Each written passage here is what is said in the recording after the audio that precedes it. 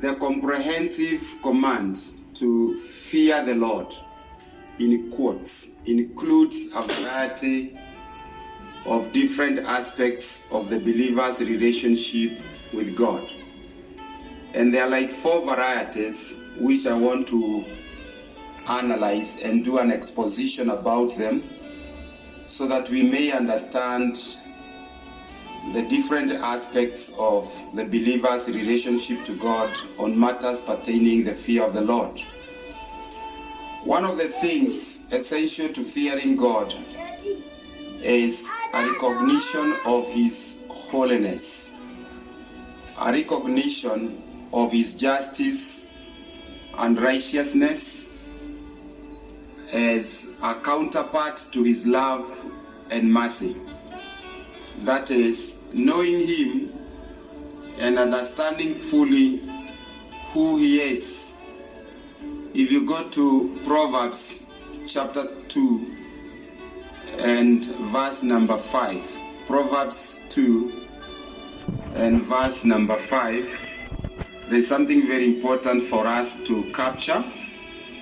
It says, "Then you will understand the fear of the Lord and find the knowledge of God." After you have exhausted chapter 2 verse 1 to 4, where it says, "My son, if you accept my words and store up my commands within you, turning your ear to wisdom and applying your heart to understanding. And if you call out for insight and cry aloud for understanding, and if you look for it as for silver, and search for it as for hidden treasure, then you will understand the fear of the Lord and find the knowledge of God."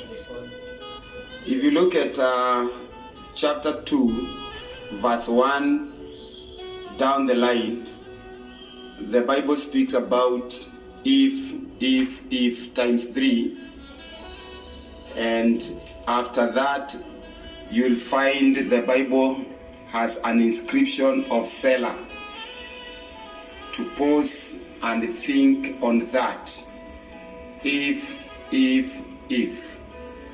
that only by putting God's word into our minds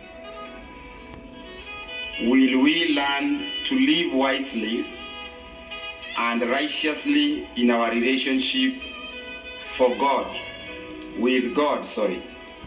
We can become victorious over sin and God's commands in our hearts if we store up the commands of God in our hearts.